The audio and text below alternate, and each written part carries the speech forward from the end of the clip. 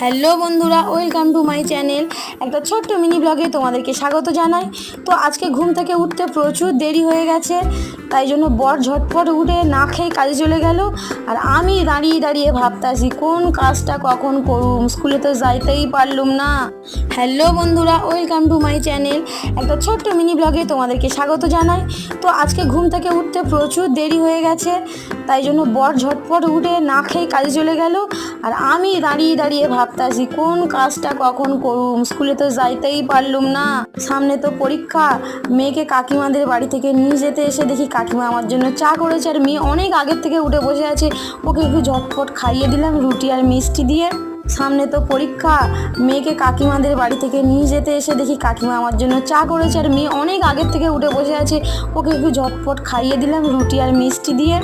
আর কাকিমা আমাকে বলছে, তুমি আমাকে ভিডিওতে নেবে না, আমি কেমনভাবে বসে আছি। তো সবাই মিলে খাওয়া দাওয়া করার পর বাড়িতে চলে এলাম, কাজ তো করতেই হইব। আর কাকিমা আমাকে বলছে, তুমি আমাকে ভিডিওতে নেবে না, আমি কেমনভাবে বসে আছি। তো সবাই মিলে খাওয়া দাওয়া করার পর বাড়িতে চলে এলাম, কাজ তো করতেই হইব। শ্বশুরবাড়িতে মন ভালো থাকুক বা না থাকুক, আর শরীর ভালো থাকুক বা না থাকুক, কাজ তো করতেই হইব। তারপরে দেখো বন্ধুরা, ঝটপট আমার শ্বশুরবাড়িতে মন ভালো থাকুক বা না থাকুক, আর শরীর ভালো থাকুক বা না থাকুক, কাজ তো করতেই হইব। তারপরে দেখো বন্ধুরা, ঝটপট আমার একটা নিমন্ত্রণের কার্ড চলে এসেছে। সামনে তো পয়লা বৈশাখ, সেই জন্য। তারপরে তো মেয়েকে পড়তে বসিয়ে দিয়ে এই ব্ল্যাঙ্কেটটাকে উদ্ধার করতে আসলাম।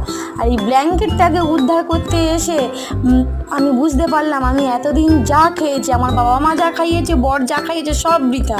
কেননা আমার গায়ে অতটাও জোর ছিল না যে আমি এই ব্ল্যাঙ্কেটটা শুকাতে দেবো। লাস্ট পর্যন্ত তো শুকাতেই দিতে পারলাম না, আমাকে ছাদে রেখে বাড়িতেই চলে আসতে হলো, মানে সরি, নিচের ঘরে চলে আসতে হলো। তারপরে কি আর করুম, এসে আমি বাসনগুলো, একটা নিমন্ত্রণের কার্ড চলে এসেছে। সামনে তো পয়লা বৈশাখ, সেই জন্য। তারপরে তো মেয়েকে পড়তে বসিয়ে দিয়ে এই ব্ল্যাঙ্কেটটাকে উদ্ধার করতে আসলাম।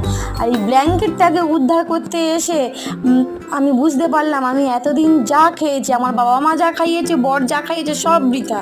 কেননা আমার গায়ে অতটাও জোর ছিল না যে আমি এই ব্ল্যাঙ্কেটটা শুকাতে দেবো। লাস্ট পর্যন্ত তো শুকাতেই দিতে পারলাম না, আমাকে ছাদে রেখে বাড়িতেই চলে আসতে হলো, মানে সরি, নিচের ঘরে চলে আসতে হলো। তারপরে কি আর